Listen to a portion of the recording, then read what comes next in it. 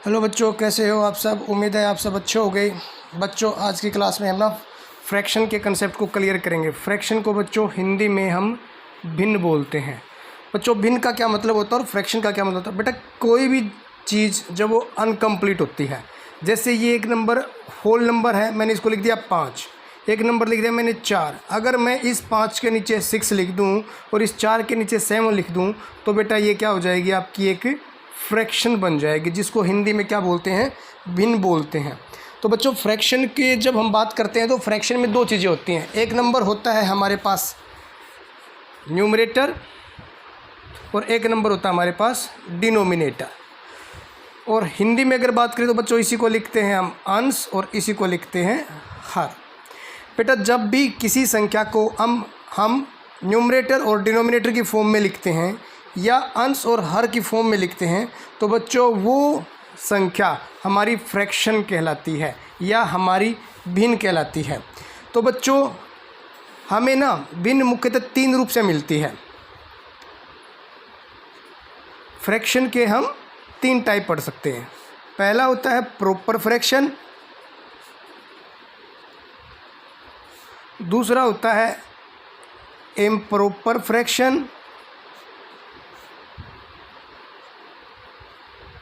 और बच्चों तीसरा होता है मिक्स फ्रैक्शन, मिक्स्ड फ्रैक्शन।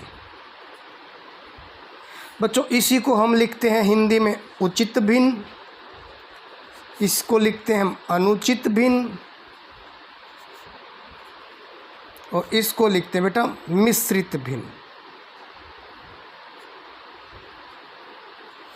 तो बच्चों, प्रॉपर फ्रैक्शन क्या होती है, जैसा कि हमने पढ़ा था, एक होता है अंश और एक होता है हर, जिसको इंग्लिश में हम बोलते हैं न्यूमरेटर और हिंदी में बोलते हैं और अंश को बोलते हैं न्यूमरेटर और हर को बोलते हैं डिनोमिनेटर।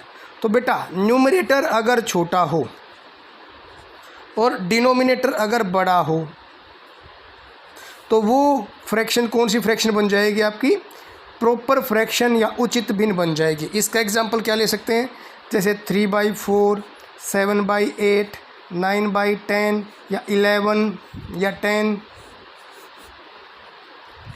ये बच्चों, ये एग्जाम्पल किसके हैं, ये आपके प्रॉपर फ्रैक्शन के एग्जाम्पल हैं, जिसको हम हिंदी में उचित भिन्न भी बोलते हैं। बच्चों, अब है हमारे पास इम्प्रॉपर फ्रैक्शन, जिसको हम अनुचित भिन्न भी बोलते हैं। तो बेटा, इसमें न्यूमरेटर और डिनोमिनेटर यहाँ पे दोनों, इसको हिंदी में बोलते हैं न्यूमरेटर को अंश और हिंदी में बोलते हैं डिनोमिनेटर को हर।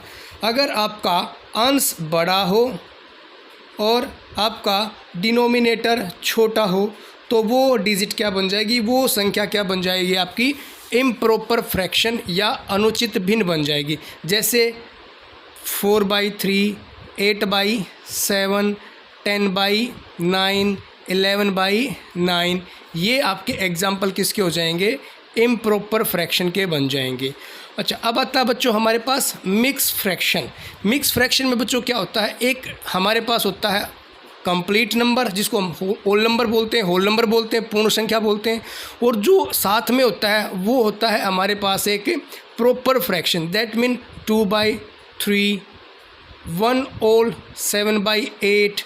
इस टाइप से अगर कोई संख्या आपको मिलती है तो उस संख्या को हम क्या बोलते हैं, मिक्स्ड फ्रैक्शन और मिश्रित भिन्न बोलते हैं।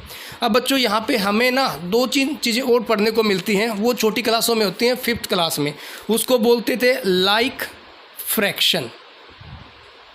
लाइक फ्रैक्शन में क्या होता है बच्चों, जब हमारे पास 2 या 3 फ्रैक्शन दे रखी हों, जैसे 7/8, यहाँ पे 5/8 और 3/8, यानी कि जिन फ्रैक्शंस का डिनोमिनेटर एक जैसा है उस फ्रैक्शन को क्या बोलते हैं, लाइक फ्रैक्शन बोलते हैं, लाइक फ्रैक्शन बोलते हैं।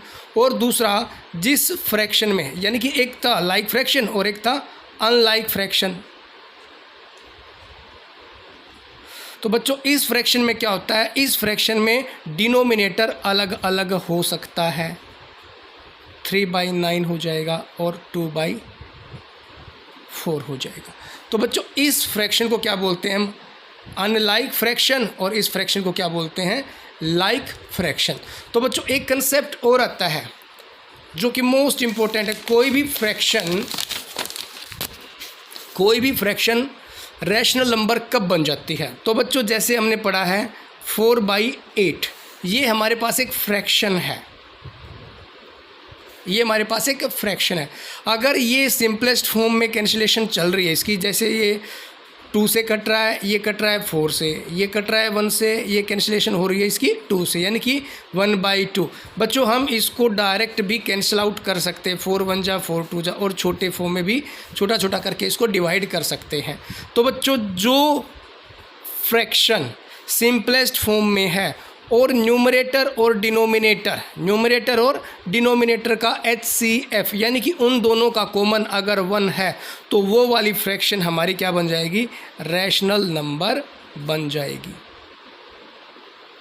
तो बच्चों इसी के बिहाफ पे ना हमें बहुत ज़्यादा सम देखने को मिलते हैं, और जो SSC वगैरह के कॉम्पिटिटिव एग्ज़ाम के मिलते हैं ना, वहाँ पे क्या होता है, फ्रैक्शन को असेंडिंग ऑर्डर में लिखना, फ्रैक्शन को डिसेंडिंग ऑर्डर में लिखना, कौन सी फ्रैक्शन बड़ी है, कौन सी फ्रैक्शन छोटी है। इस टाइप के समों को मैं आगे की वीडियो में कराऊंगा, जो कि मोस्ट इम्पोर्टेंट सम होते हैं कम्पिटिटिव एग्ज़ाम के भी आप पे भी और आपके सिलेबस के भी आप पे भी। तो बच्चों कैसी लगी आपको वीडियो ज़रूर बताना।